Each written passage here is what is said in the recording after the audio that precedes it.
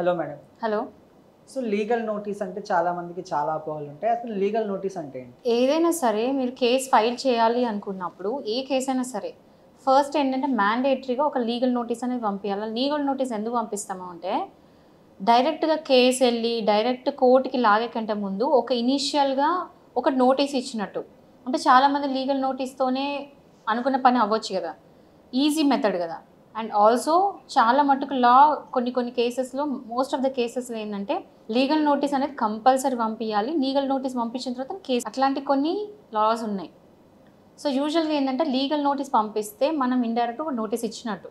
So నోటీస్తోనే చాలామంది సరే మేము ఏదైతే నోటీస్ పంపిస్తామో దాని తగ్గట్టు అనుకూలంగా వాళ్ళు నిర్ణయం చేసుకొని వాళ్ళు మనకు రిప్లై అయ్యాలి. అండ్ ఇక్కడ అబ్జర్వ్ చేయాల్సిన విషయం ఏంటంటే ఎవరైనా సరే లీగల్ నోటీస్ ఇస్తే కంపల్సరీ దానికి రిప్లై నోటీస్ ఇవ్వాలి వితిన్ 15 days. ఒకవేళ 15 days లోపల కనుక లీగల్ నోటీస్కి రిప్లై ఇవ్వకపోతే ఎవరైతే నోటీస్ పంపించారో వాళ్ళు కేసు ఫైల్ చేయొచ్చు. అంటే లీగల్ నోటీసు ఎవరైనా పంపించవచ్చా, లేకపోతే ఒక లాయర్ త్రూనే మాత్రం పంపించాలా? ఖచ్చితంగా ఒక లీగల్ ప్రాక్టీషనర్ అంటే ఒక లాయర్ పంపించాల్సిందే. ఒక నార్మల్ పర్సన్ పంపించడానికి లేదు. పేర్లోనే ఉంది కదా legal notice. So legal notice legally ఒక అడ్వకేట్ పంపించాలి. అసలు లీగల్ నోటీస్లో ఏమి ఉండాలి? మెయిన్ థింగ్ లీగల్ నోటీస్లో బేసికల్లీ ఒక క్లయింట్ తరఫున ఒక అడ్వకేట్ పంపిస్తారు.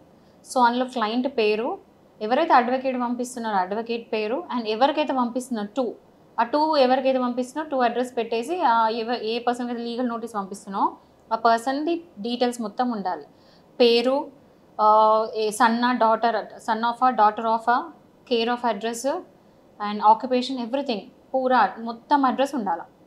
ఇప్పుడు ఎవరైనా ఒక వ్యక్తికి లీగల్ నోటీస్ పంపించారనుకోండి, అంటే ఎంత సమయంలో వాళ్ళు స్పందించాలి? ఒకవేళ ఎవరైనా సరే లీగల్ నోటీస్ పంపిస్తే within 15 days of time period ఉంటుంది. ఆ 15 days లోపల వాళ్ళు రిప్లై అనేది ఇవ్వాలి. కొన్ని కేసెస్లో అది మారొచ్చు, కొన్ని సెక్షన్స్లో కొన్నిసార్లు టైం అనేది చేంజ్ అవుతుంది. సో 15 days ఉంటుంది, కొన్నిటికి 30 days కూడా ఉండొచ్చు, 7 days కూడా ఉండొచ్చు. సో లీగల్ నోటీస్ పంపిన తర్వాత కోర్టులో కేసు వేసుకోవచ్చా? లీగల్ నోటీస్ పంపించాక ఖచ్చితంగా కేసు వేసుకోవచ్చు. ఒకవేళ వాళ్ళు రిప్లై నోటీస్ ఇవ్వలేదు, ఎవరికైతే లీగల్ నోటీస్ పంపించినామో వాళ్ళు రెస్పాండ్ అవ్వలేదు అనుకోండి, అప్పుడు 15 days టైం తర్వాత ఆ టైం ల్యాప్స్ అయినాక స్టిల్ ఏ రిప్లై రాకపోతే హ్యాపీగా వెళ్ళి కేసు వేసుకోవచ్చు. అంటే లీగల్ నోటీస్ పంపడం ద్వారా ఒక సమస్య అనేది ప్రాబ్లం ఏదైతే ఉందో అది కంపల్సరీ పరిష్కారం అయ్యే అవకాశం ఉందంటారా? జరగచ్చు, జరగకపోవచ్చు. ఎందుకంటే చాలామంది లీగల్ నోటీస్తోనే ఒకసారి నోటీస్ పంపించినామంటే దానికి రెస్పాండ్ అయ్యి సరే ఓకే మీరు ఏ దానికైతే నోటీస్ పంపించిండ్రో అది మేము చేయడానికి మేము సిద్ధంగా ఉన్నామని కొంతమంది రిప్లై నోటీసులు ఇవ్వచ్చు. బట్ 90% ఏంటంటే డినై చేస్తారు. చాలామంది కూడా జస్ట్ లీగల్ నోటీస్తోనైతే వచ్చి రెస్పాండ్ అయిన వాళ్ళు చాలా తక్కువ మంది, పర్సంటేజ్ ఆఫ్ పీపుల్ చాలా తక్కువ. లీగల్ నోటీస్ భయపడడం అంటే బట్ అది ఒక పార్ట్ ఆఫ్ ప్రాసెస్. ఒక 10-20% మేబీ లీగల్ నోటీస్కి చూసి రెస్పాండ్ అయ్యే వాళ్ళు ఉన్నారు, అంటే కోర్టు దాకా వెళ్ళకుండా. ఒక లీగల్ నోటీస్ పంపడంలో ఒక న్యాయవాది పాత్ర అనేది ఎలా ఉంటుంది? మొత్తం పాత్ర న్యాయవాదిదే, ఎందుకంటే లీగల్ నోటీస్ పంపించేది అడ్వకేట్. సో యూజువల్గా ఏంటంటే ఇప్పుడు ఏ కేసెస్కైనా సరే లీగల్ నోటీస్ పంపించవచ్చు.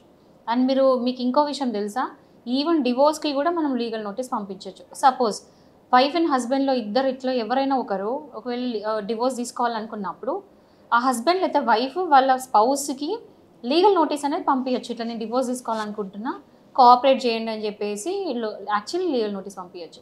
సో చాలామంది తెలీదు డివోర్స్ కేసెస్ కూడా లీగల్ నోటీస్ పంపించాలనే విషయం తెలియదు.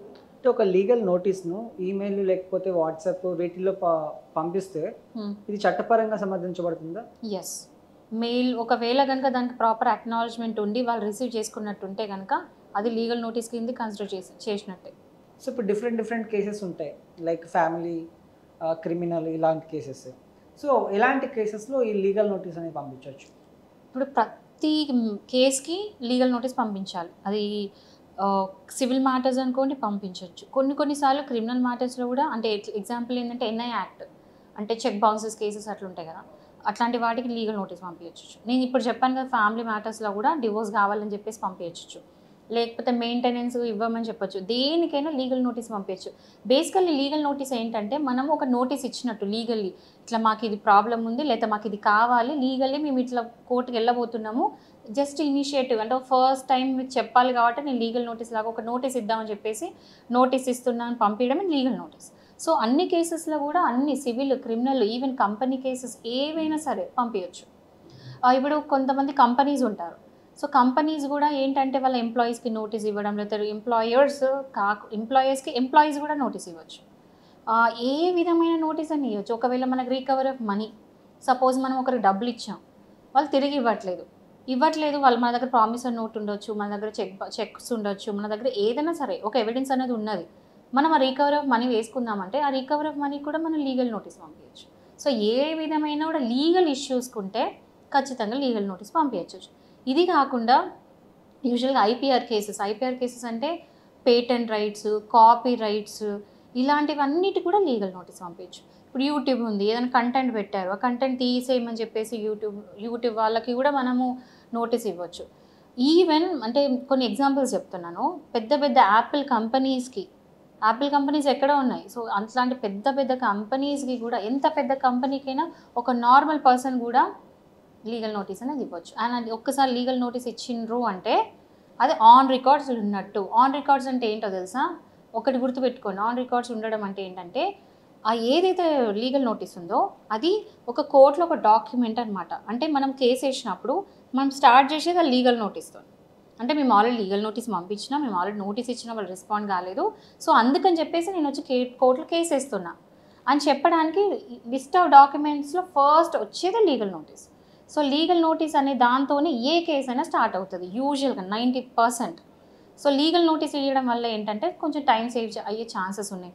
ఎందుకంటే ప్రతి ఒక్కరికి ఎవరికైనా సరే ఒక ఛాన్స్ అనేది ఇవ్వాలి. డైరెక్ట్ కోర్ట్ అటాక్ చేసే కంటే ముందు ఒక లీగల్ నోటీస్ ఇస్తున్నాం, రెస్పాండ్ అయితే అయినరు, లేదా లేదు, రెస్పాండ్ అయితే వెల్ అండ్ గుడ్, లేరు అంటే నేను కోర్టుకి ఎక్కుతాను. So this is a process usually. అందుకని చెప్పి ఎలాంటి కేసులు అయినా సరే మీరు లీగల్ నోటీస్తోనే స్టార్ట్ చేయడం బెటర్. పోలీసు కేసెస్ అయినాయి, క్రిమినల్ కేసెస్ అయినాయి, కేసు ఫైల్ అయింది, దానికి నోటీసులు ఇచ్చి అవన్నీ ఉండవు. వాళ్ళకి ఏంటంటే సెక్షన్ 41A ప్రకారం పోలీస్ డిపార్ట్మెంట్ నుంచి వాళ్ళకి నోటీస్ అనేది వస్తుంది, సమన్స్ అనేది వస్తుంది. సో ఒకసారి లీగల్ నోటీస్ పంపించాము, అవతల వ్యక్తి రెస్పాండ్ అవ్వలేదు, ఇప్పుడు రెండోసారి కూడా పంపించాం, తర్వాత కూడా రెస్పాండ్ అవ్వలేదు, దాని పరిస్థితి ఏంటి నెక్స్ట్? మనం ఫస్ట్ టైం లీగల్ నోటీస్ పంపించినాం, అవతల వాళ్ళు రెస్పాండ్ కాలేదు.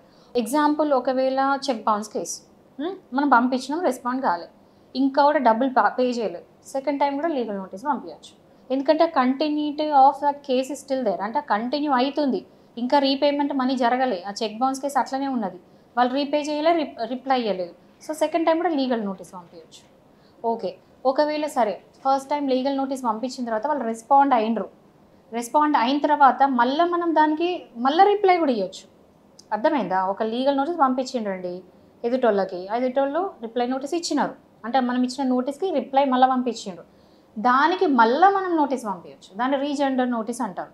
ఎందుకంటే వాళ్ళు పంపించిన రిప్లై మనకు సాటిస్ఫాక్షన్ ఇవ్వలే, కరెక్ట్ ఇవ్వలే, తప్పుగా ఇచ్చిండ్రు, మనం అనుకున్నట్టు ఇవ్వలే, అప్పుడు మనం దానికి ఆ పాయింట్స్కి ఆన్సర్స్ ఇస్తూ మళ్ళీ లీగల్ నోటీస్ పంపించవచ్చు. దాన్ని రీజెండర్ నోటీస్ అంటారు. సో ఈ నోటీస్ కూడా పంపించవచ్చు. ఇట్లా కూడా జరగవచ్చు. అంటే ఎందుకంటే కోర్టు మెట్లు ఎక్కి కోర్టు అవన్నీ చేసుకున్న కంటే, టైం వేస్ట్ చేసుకున్న కంటే లీగల్ నోటీస్తోని అంతో ఇంత ట్రాన్సాక్షన్ జరిగి అట్లీస్ట్ ప్రాబ్లమ్కి సొల్యూషన్ దొరికే ఛాన్సెస్ ఉన్నాయి కాబట్టి ఇది ఉంటుంది.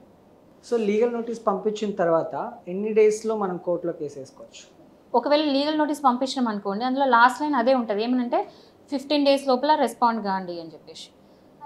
ఇక్కడ ఎట్లుంటుందంటే ఒక్కొక్క లాకి, అంటే ఒక్కొక్క యాక్ట్కి ఒక్కొక్క లాగ్ ఉంటుంది. కొన్ని టీపీ కేసెస్లో 30 days ఉంటుంది, కొన్నిసార్లు 60 days ఉంటుంది, కొన్నిసార్లు 15 days ఉంటుంది. ఇప్పుడు సర్ఫేస్ యాక్ట్ ఉంటుంది అనుకోండి, అది 60 days ఉంటుంది. సర్ఫేస్ యాక్ట్లో కూడా నోటీస్ డిఫరెంట్ ఉంటుంది. నోటీస్ ఎట్లుంటుందంటే, సర్ఫేస్ యాక్ట్ అంటే ఏంటో తెలుసా? యూజువల్గా ఏంటంటే ఒకవేళ మనం లోన్స్ తీసుకున్నాము బ్యాంక్స్ నుంచి లోన్స్ తీసుకున్న తర్వాత రీపే చేయరు చాలామంది. ఏదైతే అప్పు తీసుకుంటారో బ్యాంకులలో తిరిగి కట్టనప్పుడు బ్యాంక్ వాళ్ళు ఒక లీగల్గా ఒకటి అప్రోచ్ అయ్యి ఒకటి పంపిస్తారు. Okay, section 13(2) of service act ప్రకారం ఒక నోటీస్ పంపిస్తారు, దానికి 60 రోజులు ఉంటుంది. సో ఇట్లా ఒక్కొక్క యాక్ట్కి ఒక్కొక్క టైం లిమిట్ అనేది ఉంటుంది. టీపీ యాక్ట్ అంటే ట్రాన్స్ఫర్ ఆఫ్ ప్రాపర్టీ ఒక యాక్ట్, దాని ప్రకారం వేరే ఉంటుంది. సో ఒక్కొక్క దానికి ఒకలాగా ఉంటుంది, బట్ యూజువల్లీ మ్యాక్సిమం 15 days ఉంటుంది. సో ఆ లోపల కనుక అవతల వ్యక్తి మనం ఎవరికైతే లీగల్ నోటీస్ పంపిస్తున్నామో వాళ్ళు రెస్పాండ్ కనుక కాకపోతే ఇమీడియట్గా వెళ్ళి మనం కేసు అనేది ఫైల్ చేయొచ్చు కోర్టుకి. అంటే ఏ కేసుకి సంబంధించింది ఆ కేసు కోర్టు వేయాలి. ఇప్పుడు సపోజ్ సర్ఫేస్ యాక్ట్ అనుకోండి, పోయి డిఆర్టీలో వేసుకోవచ్చు. ఒకవేళ మనీ రికవరీ అనుకోండి, వెళ్ళి క్రిమినల్ కోర్ట్స్లో వేసుకోవచ్చు ఎన్ఐ యాక్ట్ ప్రకారం. సివిల్ మ్యాటర్ అనుకోండి, సివిల్ వేయచ్చు. ఫ్యామిలీ మ్యాటర్ అనుకోండి, ఫ్యామిలీలో వేయచ్చు. సో ఏ కేసుకి సంబంధించిన ఆ కేసు సంబంధించిన కోర్ట్ ఆ సంబంధించిన జ్యూరిస్డిక్షన్ అంటే మనం ఉండే ఏరియాలో ఆ దగ్గర ఉన్న కోర్టులో కేసు అనేది ఫైల్ చేయొచ్చు. సో వన్స్ లీగల్ నోటీస్ పంపించాం అనుకోండి, ఇఫ్ ఇన్ కేస్ కోర్టులో కేసు వేయాలి మళ్ళీ తర్వాత అంటే ఏం కావాలి అప్పుడు? బేసికల్లీ మనం ఏదైతే లీగల్ నోటీస్ వేసినామో దాన్ని కాపీ వేయాలి.